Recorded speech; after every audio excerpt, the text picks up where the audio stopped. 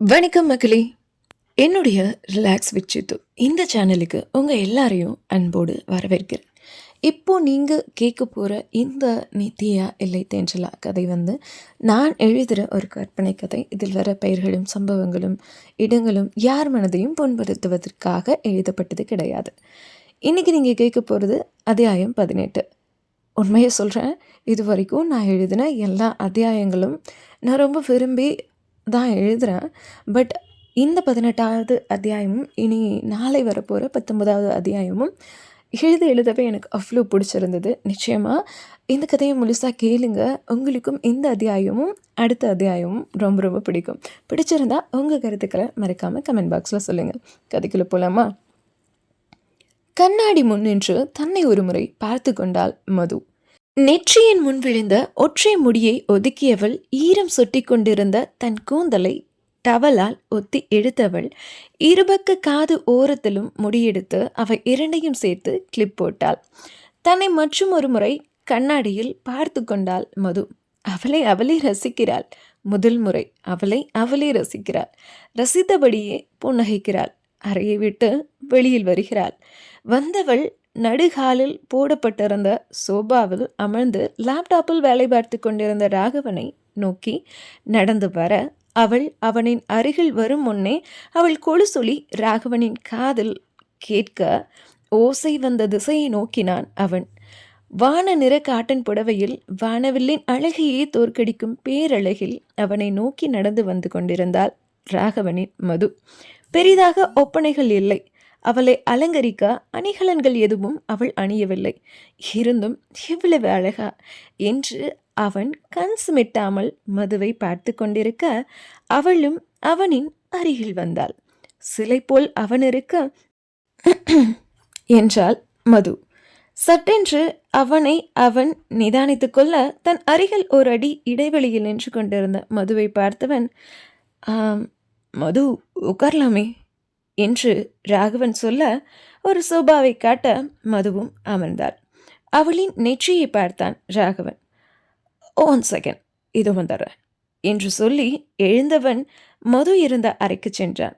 அங்கு கண்ணாடிக்கு கீழே இருந்த கபோர்டை திறந்தவன் அங்கிருந்த ஸ்டிக்கர் பொட்டுகளை எல்லாம் கழித்துவிட்டு அதற்கு அடியில் இருந்த ஒரு சிவப்பு நிற பொட்டை எடுத்தான். சாந்து பொட்டை எடுத்தான். ஆளுக்கு வந்தான். மதுவின் அருகில் வந்தான். மதுவின் அருகில் இருந்த டேபிளை இழுத்து அதில் அமர்ந்தவன் சாந்து பொட்டை திறந்து மதுவின் நெற்றியில் ஒரு அழகான பொட்டு வைத்தான். அவன் வைத்த சாந்து பொட்டு அவளின் மனதை சில்லிட வைத்தது. இவ்வளவு அருகில் ராகவனை பார்த்த அவளின் விழிகள் பட்டாம்பூச்சியாய் படபடுத்தது. அவளின் முகத்தை சட்டென கைகளில் ஏந்திய ராகவன், இந்த உலகத்தில் இந்த நிமிஷம் என்னை விட சந்தோஷமா யாரும் இருக்க மாட்டாங்க. பொட்டு வைக்க மறந்ததுக்கு ரொம்ப தேங்க்ஸ் என்று கூறிவிட்டு ராகவன் எழுந்து கொள்ள மதுவும் எழுந்தாள். அவன் சொன்ன வார்த்தைகள் மதுவை ஏதோ செய்தது. அந்த சமயம் அங்கு வந்த ஒரு பெண், சார் டிஃபன் ரெடி என்று சொல்ல, யா வரேன் என்று சொல்லிவிட்டு மதுவின் பக்கம் திரும்பியவன், சாப்பிடலாமா என்றான். பசிக்கல, எனக்கு வேண்டாம் என்று மது சொல்ல, ஓகே பட் எனக்கு பசிக்குது. வீட்டுக்கு வந்த விருந்தாளியை விட்டுட்டு சாப்பிட்ற பழக்கம் எனக்கு கிடையாது. ஸோ எனக்கு வேண்டாம் என்று சொன்னவாறே சோபாவில் அமர்ந்து லேப்டாப்பை எடுத்து அவன் மடியில் வைத்தான். அடுத்த கணம் மது, சாப்பிட்றேன் என்று தரையை பார்த்து சொல்ல அவளை பார்த்து புன்னகைத்தவன் எழுந்து கொண்டான். பிரம்மாண்ட டைனிங் ஹாலில் 20 அடியில் ஒரு டைனிங் டேபிள். சைவம் அசைவம் என அத்துணை உணவுகளும் சமைத்து வைக்கப்பட்டிருந்தது. அந்த டேபிளில் 2 பேருக்கு கொஞ்சம் இது அதிகம்தான். இருப்பினும் மதுவின் மீது இருக்கும் காதலை எப்படி வெளிப்படுத்துவது என்று தெரியாமல் நான் நினைத்தது எல்லாம் செய்து கொண்டிருந்தான் ராகவன். மதுவும் ராகவனும் டைனிங் டேபிளின் பக்கத்தில் இருந்த நாற்காலிகளில் அமர அங்கு இருக்கும் உணவுகளை பார்த்து மதுவின் விழிகள் பெரிதானது. Madhu, veg, nonveg, mutton or chicken, sambar இல்லை புளிக்குழம்பு எது வேணும் என்று பீங்கான் தட்டை டிஷ்யூ பேப்பரில் துடைத்தபடி ராகவன் கேட்க, தயிர் சாதம் தான் வேணும் என்றாள் மது. இத்தனை உணவுகள் இருந்தும் தயிர் சாதம் கேட்கும் 23 வயது குழந்தையை பார்த்த ராகவன் சிறு புன்னகையோடு அங்கு உணவு பரிமாற நின்று கொண்டிருந்த பெண்ணிடம், "தயிர் சாதம் இருக்கா?" என்று ராகவன் கேட்க, "நீங்க நேத்து கொடுத்த லிஸ்ட்ல தயிர் சாதம் இல்ல சார்" என்றாள் அந்த பெண். "ஓகே, ஆல்ரைட்" என்று எழுந்த ராகவன் அடுப்படிக்கு சென்றான். அங்கு இருந்த வெள்ளை சாதத்தை எடுத்து ஃப்ரிட்ஜில் இருந்த தயிரையும் எடுத்து அவனே அவளுக்காக தயிர் சாதம் செய்தான். அதை எடுத்துக்கொண்டு அவனை நோக்கி வந்தான். அவனை பார்த்த மதுவுக்கும் ஆச்சரியமாய் இருந்தது. அலுவலகங்களில் அவனின் அறைக்கு முன்னே 10 வேலையாட்கள் அவன் கையெழுத்துக்காய் காத்து கிடந்ததையும், பரபரப்பாக நிற்காமல் எந்த நேரமும் பிஸியாக இருந்த ராகவனையும் மது பார்த்திருக்கிறாள். தனக்காக தான் கேட்ட தயிர் சாதத்தோடு தன்னை நோக்கி வந்த ராகவனின் கண்களில் தெரிந்த காதலை உணர்ந்த மதுவிற்கு கண்களில் நீர் கோர்த்து கொண்டது. மதுவின் அருகில் வந்தவன், "தயிர் சாதம் நீங்கள் கேட்டது.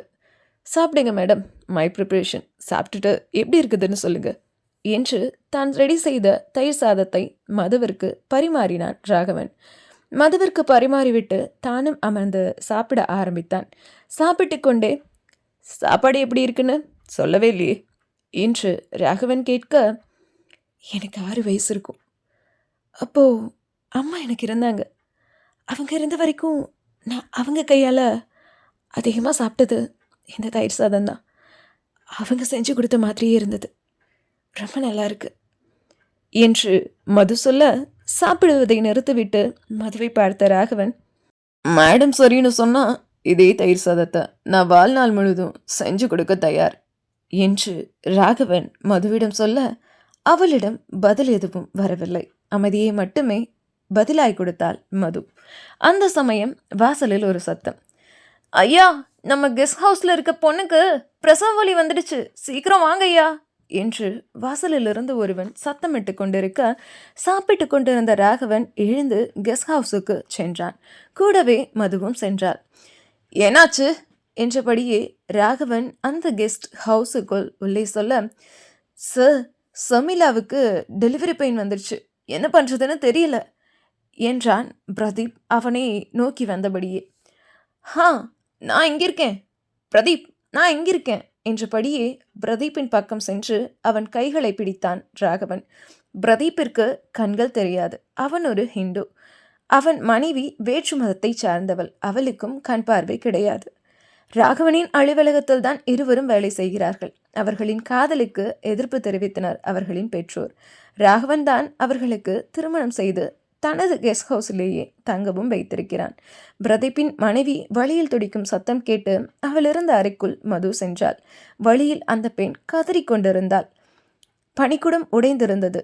அந்த பெண்ணை பார்த்துவிட்டு வெளியில் வந்த மது ராகவனிடம், "அவங்களுக்கு பனிக்கூடம் உடைஞ்சிடுச்சுன்னு நினைக்கிறேன், உடனே ஹாஸ்பிட்டல் அடிச்சுட்டு போகலாம்" என்று சொல்ல, ராகவன் அந்த அறைக்குள் சென்று வழியில் துடித்து கொண்டிருந்த பெண்ணை கைகளில் தூக்கி கொண்டு காரில் அமர வைத்தவன் அந்த பெண்ணின் கணவனான பிரதீப்பையும் அழைத்து கொண்டு மருத்துவமனைக்கு விரைந்தான். ராகவனின் பங்களா சிட்டியிலிருந்து வெகு தொலைவில் இருந்தது. ஆம்புலன்ஸ்க்கு கால் செய்தால் தாமதமாகிவிடும் என்பதால் கணவன் மனைவி இருவரையும் தனது காரில் அழைத்து கொண்டு புறப்பட்டான் ராகவன்.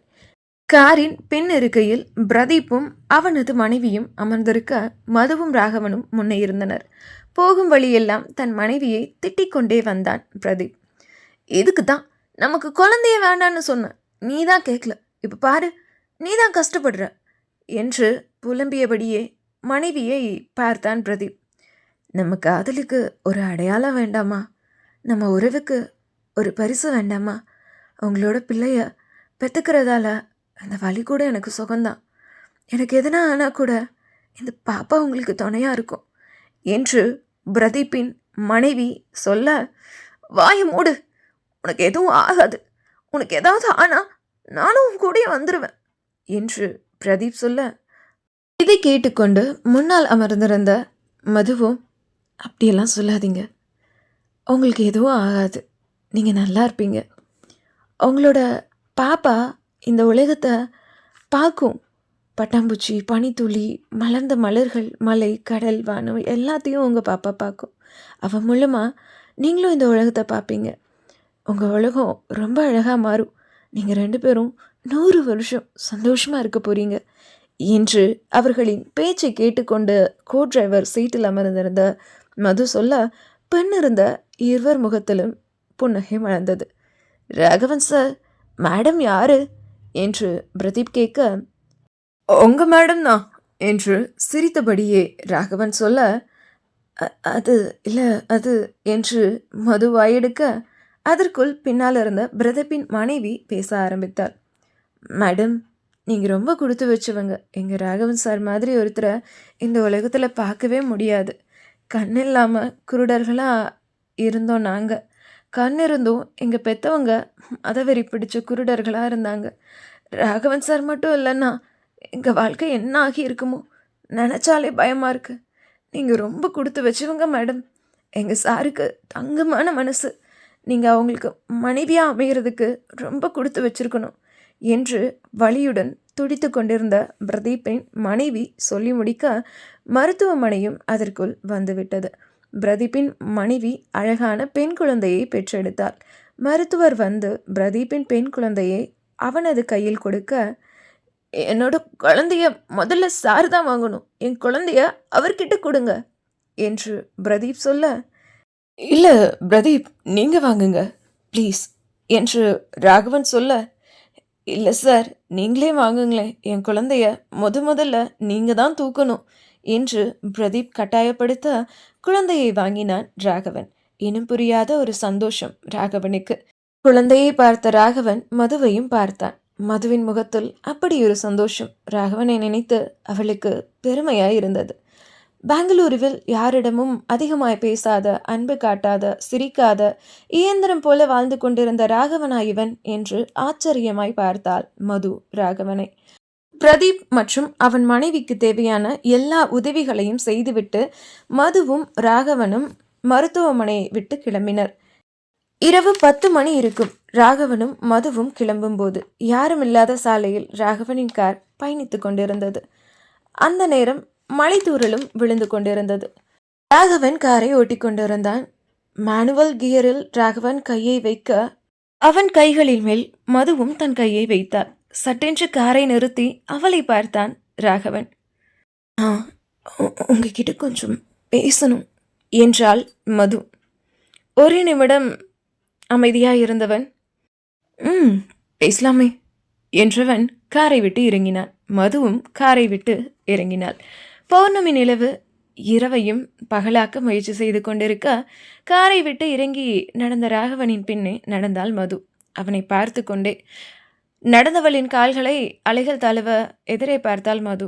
நீலக்கடல் ஆர்ப்பரித்து கொண்டிருந்தது.